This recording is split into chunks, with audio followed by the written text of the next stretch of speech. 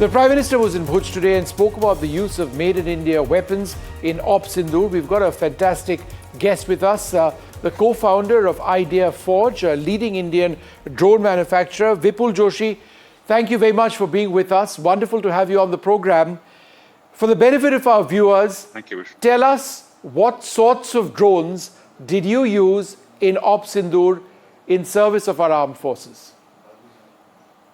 So Vishnu, largely the IdeaForge supplied drones are all ISR drones, which basically means that they are the first responder in terms of gathering all the intelligence, whether for infiltration perspective, and also gathering information as to the vigilance activities across the borderline as well. From the time that we have supplied the drones, that counterinsurgency and the counterterrorism activities is where our drones have largely been deployed. And in the current conflict situation, they've also been used for damage assessment, where they basically take evidences of where all the strikes have happened after where the gathering of information of exact target locations where strikes would have happened.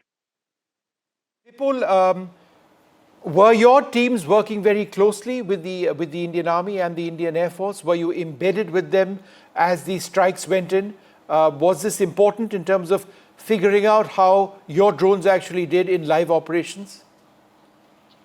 So while in the live operation, obviously, civilian intervention or civilian presence in those locations is limited. And while from IdeaForge standpoint, we were 24/7 available for our users to support them for any identification or any location that they needed to fly from. And our teams on the ground were also there to support pro bono in terms of helping in any last minute support that they would have required for making their mission successful.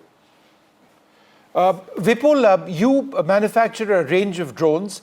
In addition to intelligence, surveillance, and reconnaissance drones, you are also in the process of developing a series of drones, some with offensive capabilities. Could you tell us about how IdeaForge is growing in terms of the technology and in what you offer our armed forces?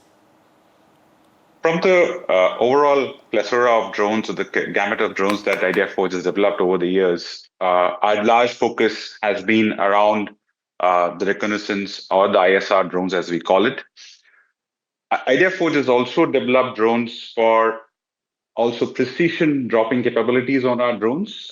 We do not directly arm or put arms on our drones. We basically give you the precision drop capabilities through our payload capabilities. And in the recent times, from ranging of our drones to be available for a 15 kilometers range to an extended range of 25 kilometers, as well as giving capabilities of flying in a GNSS denied environment where basically the drone is also capable of taking its flying decision, even if there's a communication jamming, as well as a GPS jamming, which is highly likely possible in a conflict situation. Also, what we are also giving to our forces is the capability of a multi-payload bay on our recent beloved products, which basically gives you the flexibility of using multiple payloads in one single drones, which can be from your ISR payloads to also your penetration radar payloads, as well as as simple as a megaphone payloads is also what IdeaForge has been developing.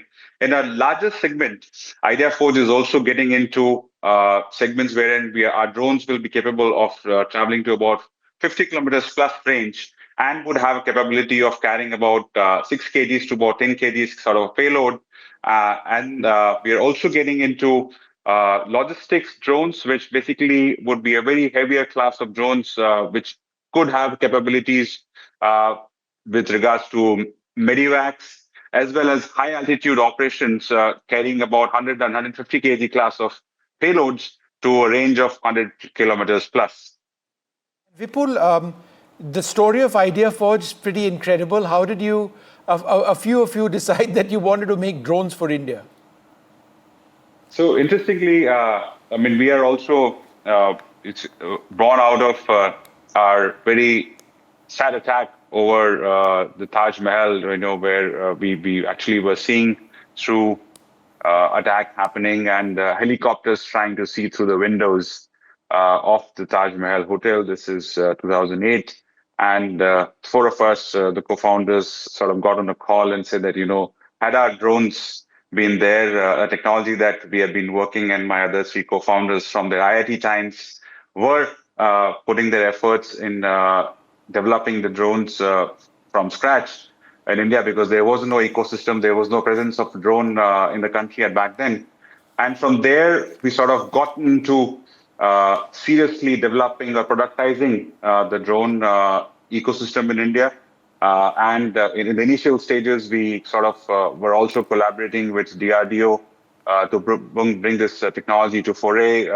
We were also supporting a lot of programs in the country through our avionics supply as well.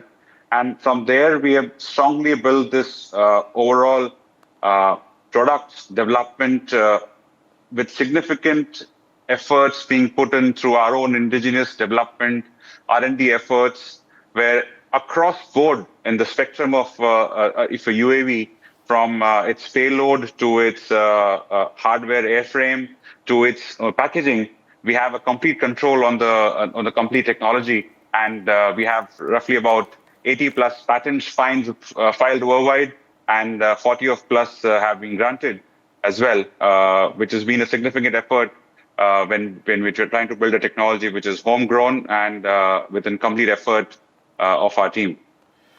Now, given our geography and our temperatures, it results in all sorts of challenges. So from plus 52-degree temperatures to operating in altitudes in excess of 16,000 feet and minus 20, minus 30 degree temperatures, how difficult is it to design a drone for India? I think this terrain is not a very simple terrain that is available across the world. And hence, I've also quoted, and my colleagues have quoted in different interactions, that to design for India, it takes a lot of effort, because, as you rightly said, that we have the ranges from in Himalayas to down south, as well as our extreme north, which exposes you to extreme temperatures. And our products today are designed for minus 30 degrees temperature ratings. They are flying in altitudes of 4,000 meter plus, day in and day out. Our products today have done about 600,000 plus flights, and which gives it is a tremendous achievement by a homegrown technology, where it takes an effort to build in a product which is designed for this ecosystem, and to think it through from a very soldier perspective, because what is the weight class that he's going to carry?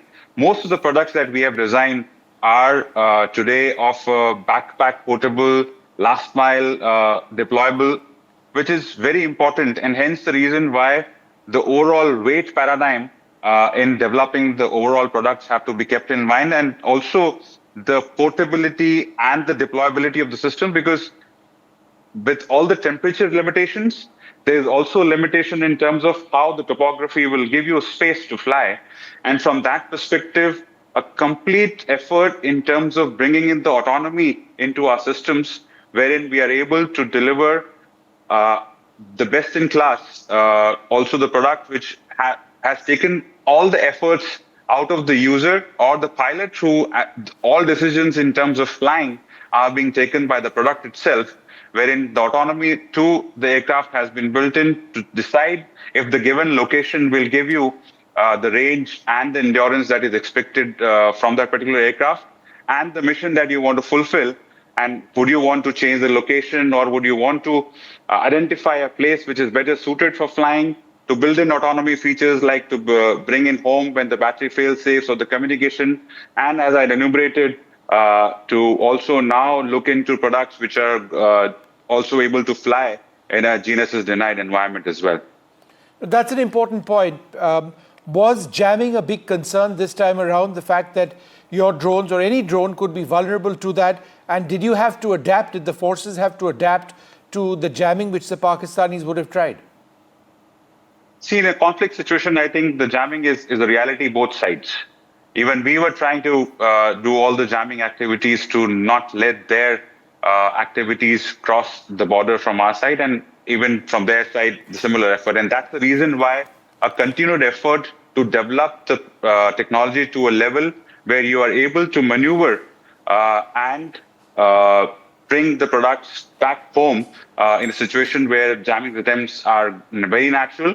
And that's the reason why you see the technology or the drones being now developed as even FPV drones, where there's a goggle being worn where the pilot is with his own precision is able to go and strike. And the similar is also for any ISR drones as well, where it is likelihood that it will venture into a scenario where there'll be a communication jamming attempt, where a frequency hopping could also be leveraged. Also, where the GPS denied navigation will also become critical as we go ahead in such conflict scenarios. We are seeing the switch on the screen. That's one of your drones. Could you tell us a little bit about that? Yeah. So I think the one on the screen is our latest in offering, which is the Switch V2. This is exactly the drone that I was talking short while back that we have now. And this is one of the flagship hybrid platforms that we launched in 2017. And this is the second generation of the same platform from its 10-kilometer range, 10 to 15 kilometers range, which has now been enhanced to 25 kilometers range, and the 120 minutes of flight time is now enhanced to 150 minutes of flight time at an altitude of 4,500 meters plus. And we bring up pictures of the Netra as well. That's the Netra 5. What does the Netra 5 do for the benefit of our viewers? So Netra 5 is the most versatile platform that you will find in the world. In the world? This is, in the world, because it has the capability of carrying multiple payloads. It has the multiple payload bay. This is the first aircraft that we launched with the capability of a GNSS denied feature, which also has an onboard compute to bring in the edge as well, to give the versatility to do adaptation as per the given scenario in a conflict situation. And as well as when I give you a deployability time of less than 2 minutes, with a foldable arm feature, a constant surveillance camera attached to it as a permanent attachment, and the flexibility to use multiple payloads just in a single aircraft with a range and endurance that is unheard of in a class of a quadcopter ranges is what makes Netra 5 the class leading. And one final question, in terms of IdeaForge itself, who are the people who are designing and manufacturing all of this? I know a group of you co-founders, have had a key role, but is it a very young company? Are you, for example, hiring young graduates interested in aviation? Could you let us know what IdeaForge looks like in terms of the men and women you employ? So IdeaForge today is about 510 plus overall size of people, and more than half of it is actually busy in the overall developmental efforts to bring in the reality as to what all technology roadmap that we have identified. This is mix of people from industry experience of 25 plus years to fresh graduates from engineering colleges like IIT, NIT, ISC. When we have gone ahead in hiring from campuses across board to from computer engineers to mechanical to design engineers, we have all plethora of experience right now in the company to help us build the technology that we have envisaged. And it's all made in India, right? That's all made in India. Look, wonderful speaking to you, Vipul. Congratulations. You've had a huge role in Operation Sindoor, and we've just scratched the surface on what IdeaForge is all about. And not just IdeaForge, it has to be said, we've got an incredible drone ecosystem now in India. Thank you so much for telling us about IdeaForge and your operations during Operation Sindoor. Thanks very much indeed. Thank you.